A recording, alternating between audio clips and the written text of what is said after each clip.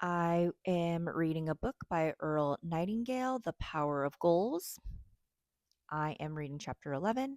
It's called Grow Your Talents. How can I best order my human resources and apply them to my field of interest to maximize my service to others? When serving others with my talents, my goals and desires will fall into place. Millions who find their lives boring, who find themselves depressed, at odds with themselves and others, who find themselves suffering from a restless discontent called the ill condition of our times, should seek ways to be of service. No longer will they lead boring lives, be depressed, or suffer from discontent. It's true. When you are putting others first, your life becomes excitingly content. I read about a psychological test in which you're supposed to complete 20 statements beginning with the words I am. On a sheet of paper, you write down the number one and behind it write I am, then complete the sentence.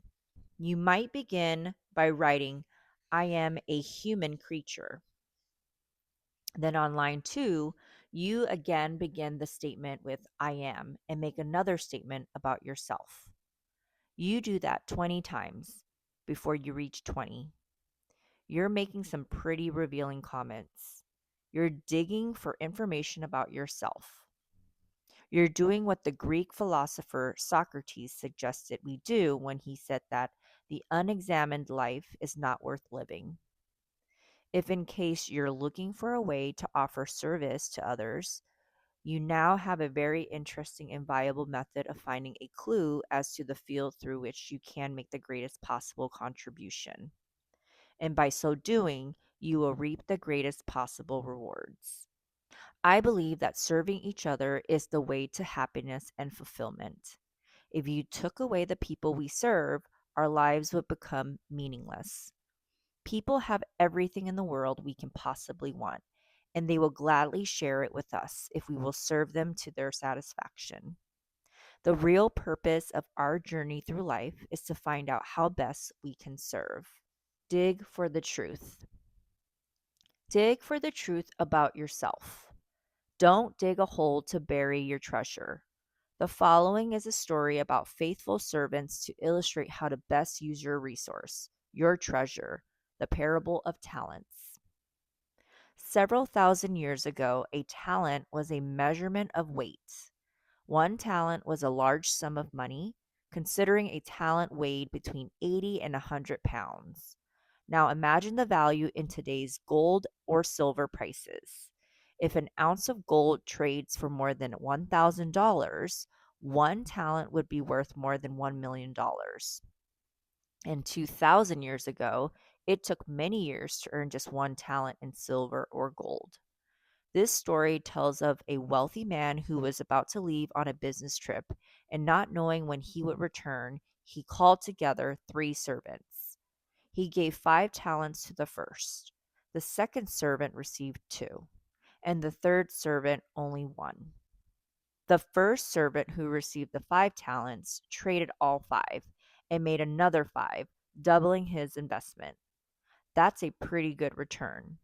The one who had received two also gained two more, doubling his investment. But the third servant, who received only one, dug a hole in the ground and buried the one and only talent to keep it safe and hidden. When the wealthy man returned, he praised the first two servants for doubling the value of their talents. He told them since they were faithful over a few things, he would make them the ruler over many things. But for the third timid and cautious servant who buried his treasure, things didn't go so good. The wealthy man took the servant's talent away from him and gave it to the first, who had doubled his investment to 10 talents. The parable's lesson: for everyone who has, more will be given in abundance, but for those who don't have, more will be taken away. The truth is, we're all creatures of growth. Simply hiding our treasures does no good for anyone. So, what are you doing with the talents that have been given to you? The late and distinguished Dr. Abraham H. Maslow put it this way in his book, The Farther Reaches of Human Nature. If you deliberately plan to be less than you are capable of being, then I warn you that you'll be deeply unhappy for the rest of your life. You will be evading your own capacities, your own possibilities. And let me add this: if you think you can succeed in a large way and play it safe at the same time, you are sadly mistaken. Success takes risks. Success takes full commitment. You go out on the limb, so to speak, and take your chances alone.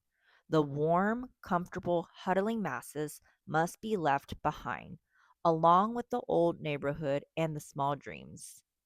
Risk and success are at opposite ends of the same balancing beam. You cannot have one without the corresponding weight of the other. Risk ups the ante, raises the greens fee, and limits the membership, but it makes playing more fun. And you seldom have to wait in line anymore. You have been given a huge stash of talents. How you use them is up to you.